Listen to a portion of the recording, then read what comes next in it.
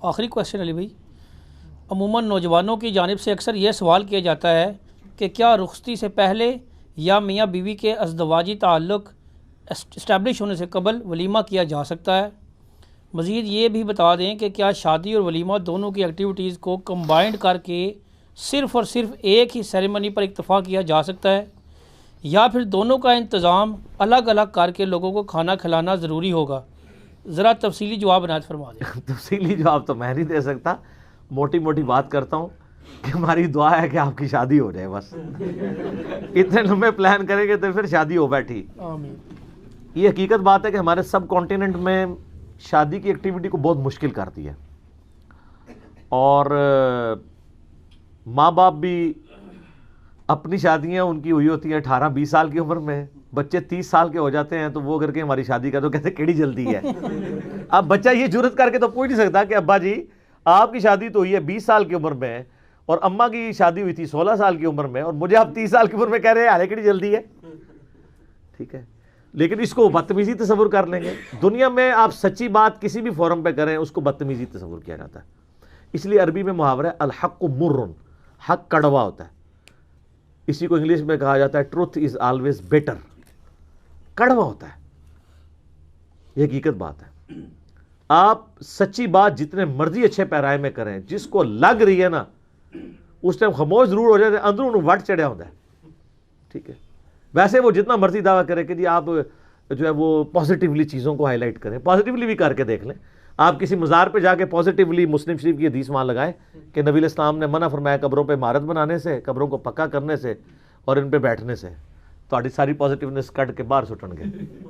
یہ کہنا آسان ہے، سچ کڑوا ہی ہوتا ہے، چاہے آپ ایک گال میں شہد رکھیں دوسرے میں آپ شکر رکھ کے بھی بولیں نا، ان الفاظ کی کڑواہٹ کون ختم کر سکتا ہے؟ حتیٰ کہ سورہ یونس میں آیت نمبر 15 اور 16 آپ پڑھ کے دیکھیں، کافر بھی کہتے تھے اے نبی اس قرآن کو بدل دو، بہت اسٹرکٹ ہے، یا کوئی اور قرآن لے آؤ، تو اللہ نے فرمایا نبی فرماؤ مجھے کوئی اختیار نہیں کہ میں اپنے نفس سے اس قرآن کو بدل سکوں، میں تو خود پابند ہوں اس وحی کا جو اللہ مجھے کرتا ہے۔ قل انی اخاف ان عصیت ربی عذاب یوم عظیم، مجھے تو خود ڈر ہے اس بات کا کہ اگر بالفرض میں نے اپنے رب کی نافرمانی کی تو بڑے دن کا عذاب مجھے بھی آ پکڑے گا۔ ہائے ہائے، ٹھیک ہے جی، لیکن سر یہ کتابوں کا خدا ہے، ٹھیک ہے، اس کا آپ کے ساتھ کوئی لینا دینا نہیں، اس لیے ہم کہتے ہیں مرنے سے پہلے اے مسلمان کر لے اس پہ غور، کتابوں کا خدا اور ہے، بابوں کا خدا اور۔ اب میرا حال ہے اس طرف آ جائیں، ولیمہ اور یہ وہ دیکھیں جی، سنت تو یہی ہے، بخاری مسلم میں جتنی احادیث ہیں وہ اس پہ گواہ ہیں، نبی علیہ السلام کی اپنی مبارک شادیاں جتنی ہوئی ہیں کہ آپ علیہ السلام نے ولیمہ ہمیشہ میاں بیوی کا تعلق خلوت صحیحہ کے بعد کیا۔ خلوت صحیحہ سے مراد یہ نہیں ہے کہ وہ ریلیشن شپ ایگزیکٹلی ڈیولپ ہو جائے، فوراً تو ہونا مشکل ہوتا ہے، تو بس خلوت صحیحہ یعنی میاں بیوی الگ ہو گئے پبلک سے تو وہ خلوت صحیحہ ثابت ہو گئی، اس کے بعد ولیمہ اناؤنسمنٹ ہے کہ یہ دونوں ڈکلیئرڈ میاں بیوی ہیں۔ اسی لیے بخاری مسلم میں حدیث ہے کہ ولیمے کی دعوت قبول کرنا مسلمان کے اوپر واجب ہے، ٹھیک ہے، وہ قبول کرنی چاہیے، کوئی ایک شرعی عذر ہو وہ علیحدہ بات ہے، ادروائز دعوت ریجیکٹ نہیں کرنی چاہیے۔ تو ولیمہ اس کے بعد سنت ہے، نبی علیہ السلام نے مختلف امہات المومنین کا ولیمہ مختلف کیا ہے، بعض کا بہت تھوڑا کیا ہے، جس طرح سیدہ صفیہ کے بارے میں بخاری مسلم میں آتا ہے کھجور اور پنیر کے ساتھ چند صحابہ کو بٹھا کے ولیمہ کیا، اور سیدہ زینب کے بارے میں آتا ہے کہ آپ نے بکری ذبح کر کے گوشت کھلایا۔ اس میں کوئی شریعت نے پابند نہیں کیا، اور یہ یاد رکھیے گا یہ جو نکاح کے موقع کے اوپر آپ کو یہ بدھ جسے کہتے ہیں وہ یہ بدعت نہیں ہے، بدھ یہ بھی سنت ہے کہ میٹھی چیز کو یا اس طرح کی چیزوں کو بانٹنا، چھوارے بانٹنا اور ڈکلیئرڈ ہوں، کیونکہ نکاح اعلانیہ ہوتا ہے اور بدکاری چھپا کے ہوتی ہے، تو میاں بیوی ڈکلیئر ہونے چاہیے۔ باقی یہ شادی کی جو رسم ہے نا اس وقت ہمارے سب کانٹیننٹ میں کہ شادی کی ایکٹیویٹی ایک علیحدہ سے پرفارم ہوتی ہے جس میں سینکڑوں لوگوں کو کھانا کھلایا جاتا ہے، یہ آپ کو قرآن و سنت میں نہیں ملتی، لیکن ہم اس کو غلط بھی نہیں کہتے، یہ کلچرل چیز ہے۔ لیکن جس طرح اس کلچر کو اب یہاں پہ انجیکشن لگا کے لوگوں میں داخل کر دیا کہ غریب آدمی اپنی بچی نہیں بیاہ سکتا، تو اس کے اوپر تو حرمت کا ہی فتویٰ دینا چاہیے، سرکمسٹانسز کے پوائنٹ آف ویو سے. میں تو جہیز کو بھی کیٹاگوریکلی لعنت نہیں کہتا ہوں, جہیز کی ڈیمانڈ لعنت ہے. اگر کوئی شخص اپنی مرضی سے اپنے بچی کو گھر کا بنیادی سامان دینا چاہتا ہے گفٹ, تو دینے دے. آج تک کسی نے کہا ہے کہ باپ کا اپنے بیٹے کو نیا موٹر سائیکل نکلوا کے دینا حرام ہے جس پہ وہ ویلنگ کرے گا؟ کہتے ہیں باپ ہے جی دے بیٹے نو, ویلنگ کرتا ہے تو ویلنگ غلط ہے نا, چلائے. اچھا تو بیٹی کو اگر باپ کچھ برتنے کا سامان دے دے تو اس میں آپ کو کیا مسئلہ ہے؟ اگر کوئی نہیں لینا چاہتا نہ لے, اس کی خوشی ہے کہ میں دوں, بیٹوں کو بھی تو دے رہا ہے, بعد میں وراثت بھی تو تقسیم ہونی ہے. البتہ جو لوگ کنڈیم کر رہے ہیں نا جہیز کو, میں ان کی نیت پہ شک نہیں کرتا, وہ بالکل ٹھیک کر رہے ہیں, کیونکہ میجورٹی اس وقت اس کا نیگیٹو یوز ہو رہا ہے کہ لوگوں کی شادیاں مشکل ہو گئی ہیں. اسی وجہ سے اجتماعی شادیاں بھی کروائی جاتی ہیں. کئی این جی اوز بنی ہوئی ہیں جو غریب جوڑوں کی 50-100 جوڑوں کی ایک دن میں شادی کروا دیتے ہیں, بیسک ان کو چیزیں دے دیتے ہیں, ڈبل بیڈ دے دیتے ہیں, ایک جو ہے وہ آپ سمجھ لیں کوئی اگر اچھا ہوگا تو وہ ایک ریفریجریٹر ان کو لے دیں گے, فریج لے دیں گے, کوئی سرائی مشین لے دیں گے, اس طرح کی چیزیں وہ بنیادی چیزیں دے دیتے ہیں. تو کوئی حرج نہیں ہے اس کے اندر, ڈریسنگ ٹیبل چھوٹا سا دے دیں گے. یہ جو سوال تھا کہ لوگ اکثر جو پوچھتے رہتے ہیں کہ جی اگر ازدواجی تعلق نہیں ہوا یا ابھی میاں بیوی کی رخصتی نہیں ہوئی ہے اور پہلے ہی ولیمہ اور شادی کو کمبائن کر لیا جائے تو یہ خلاف سنت ہے. سنت یہ ہے کہ ولیمہ بعد میں ہوگا, اور اگر کوئی ایسے کر لیتا ہے تو ہم زیادہ اس کے خلاف سنت کہیں گے, اس کے نکاح پہ کوئی اثر نہیں پڑے گا. اس کی وجہ سے نکاح تو اسٹیبلش ہو گیا, میاں بیوی کا بانڈ تو اپنی جگہ ہے. لہٰذا شادی اور ولیمے کی ایکٹیویٹی کو کمبائنڈ نہ کیا کریں, ولیمے کو ہی ایز اے ایکٹیویٹی رکھیں. شادی کو آسان بنائیں. شادی تو کتنی مشکل ہو گئی ہے, غریب لوگ بھی کتنی مہنگی گاڑیاں کرائے پہ لے کے جا رہے ہوتے ہیں اور ادھار اٹھا کے. اتنی کیا ضرورت ہے؟ اور وہ اکثر پھر کہتے ہیں کہ ہم نے بڑی سادگی سے کیا ہے, اور کیا کرنا تھا آپ نے؟ تو سادگی آپ کریں. میرا تو اس کے اوپر یعنی یوٹیوب کے اوپر میں نے تو شادی کے والے سے بخاری سے حدیثیں بھی پیش کی ہیں. ایون گانا بھی اگر ہو جس میں کوئی ولگر الفاظ نہ ہو, شرکی الفاظ نہ ہو, عورتیں عورتوں میں ہو, مرد مردوں میں ہو, تو اس کا بھی جواز موجود ہے. لیکن یہ جو آج کل یعنی شادی کی ایکٹیویٹیز کو برائی کا ذریعہ بنا لیا, اور آج کل تو اتنا خطرناک ہو گیا معاملہ سوشل میڈیا کی وجہ سے اور یہ اسمارٹ فونز کی وجہ سے. انہی موقعوں پہ اوباش قسم کے نوجوان جو ہیں وہ ویڈیوز بنا رہے ہوتے ہیں, پھر وہ ویڈیوز لیک ہوتی ہیں, پھر کئی لڑکیاں خودکشی کر لیتی ہیں. آپ کو یہ بھی خبریں ملتی رہتی ہیں. تو ان ساری چیزوں کا نقصانات ہو رہے ہیں. اس کے معاملے میں میرا یہی جواب ہے کہ یہ خلاف سنت ہے, لیکن نکاح اسٹیبلش ہو جائے گا. آپ یہ کام نہ کریں, کوئی فرق نہیں پڑتا, آپ ایک دن بعد ہی کر لیں.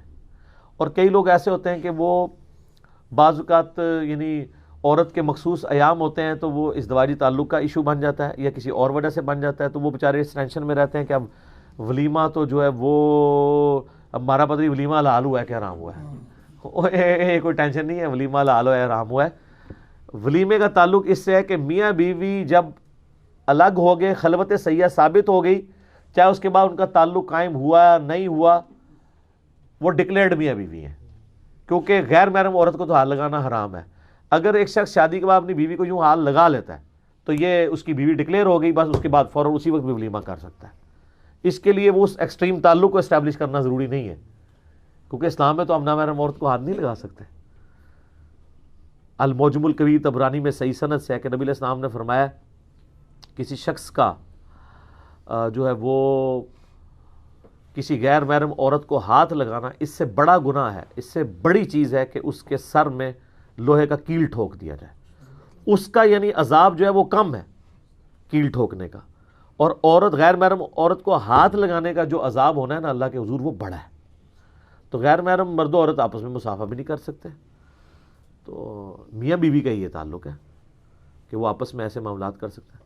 تو یہ نوجوان اکثر مجھے پتہ ہے بہت پوچھتے رہتے ہیں اور وہ اسی ٹینشن میں پڑے رہتے ہیں. فی الحال نوجوانوں سے ریکویسٹ ہے کہ وہ اپنی شادی کی فکر کریں, اور ماں باپ سے ریکویسٹ ہے کہ جس طرح ماں باپ اپنے حقوق اپنی اولاد سے ڈیمانڈ کرتے ہیں نا کہ میری اولاد میرے ساتھ خوش اخلاق ہو اور میرے ساتھ اچھا رویہ رکھے اور یہ میرے حقوق پورے کرے, تو سر آپ کے بھی تو حقوق ہے نا کہ آپ نے اپنی اولاد کی ٹائم پہ شادی کروانی ہے.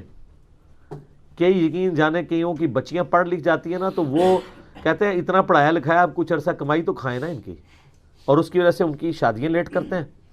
اینڈ رزلٹ یہ نکلتا ہے کہ پھر وہ کسی ٹگے دے متھے مار دیندے نے انہوں. پھر ظاہر ہے جب عورت کی عمر نکل جاتی ہے تو پھر اچھے رشتے تو نہیں ملتے، اور جب اچھے رشتے گھر آ رہے ہوتے ہیں، میں آپ کو دعوے سے کہتا ہوں اچھے رشتے آتے ہیں گھر، آپ کی اگڑ نہیں اس وقت جا رہی ہوتی. آپ آئیڈیل ڈھونڈ رہے ہوتے ہیں تو آپ کیا خود آئیڈیل ہیں؟ ایسے تو کبھی نہیں ہوگا. اس وقت نخرے آسمانوں پہ ہوتے ہیں اور اینڈ پہ سیانا کا وہی ہوتا ہے. ٹھیک ہے نا، جو سیانا کوا ہے نا وہ جا کے پھر گندگی پہ جا کے بیٹھتا ہے. ٹھیک ہے، تو ایسا نہیں ہونا چاہیے. اکڑ توڑیں اپنی، اور ٹائملی چیزوں کو مینج کر کے شادی کر دیں. لالچ نہ کریں.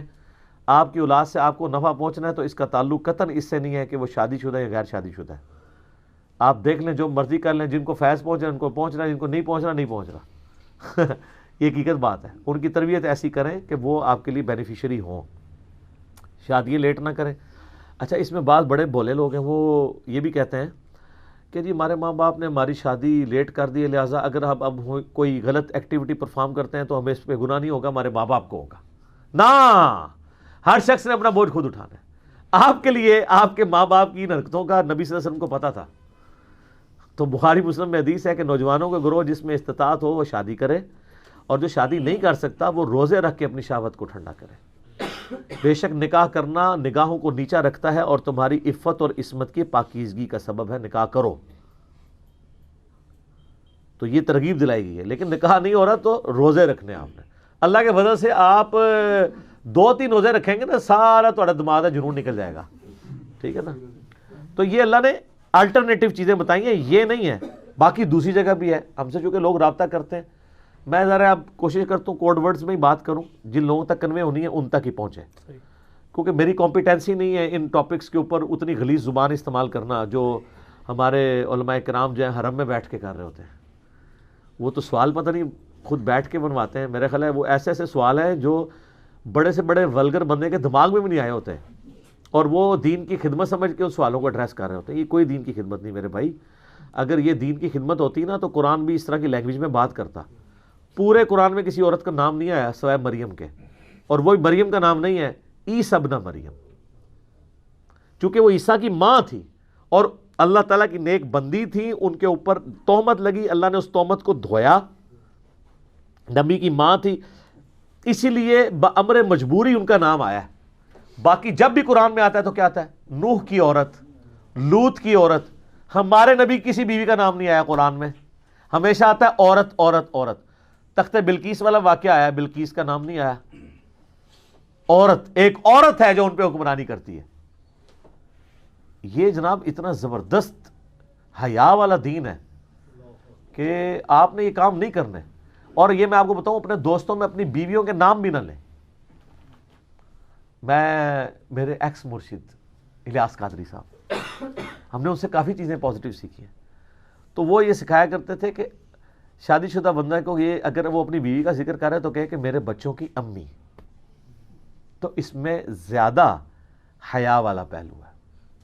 ٹھیک ہے، بیوی کہہ لیں کوئی حرج نہیں. بیوی کا تو صحابہ کرام استعمال کرتے تھے، میری بیوی، وہ اس میں نام نہ لیں اس طرح کے نام. یعنی وہ پھر ایک حیا والا معاملہ جو ہے وہ، کیونکہ قرآن نے ہمیں یہی سکھایا ہے. نوح کی بیوی نام آ سکتا تھا، چلو اور کوئی نہیں، ہمارے نبی کی بیوی کا بیٹی کا نام آ سکتا تھا، نہیں آیا نا. اللہ یہ کہ بہت ضرورت پڑی تو نبی علیہ السلام نے کبھی نام کوئی لے لیا، وہ علیحدہ بات ہے.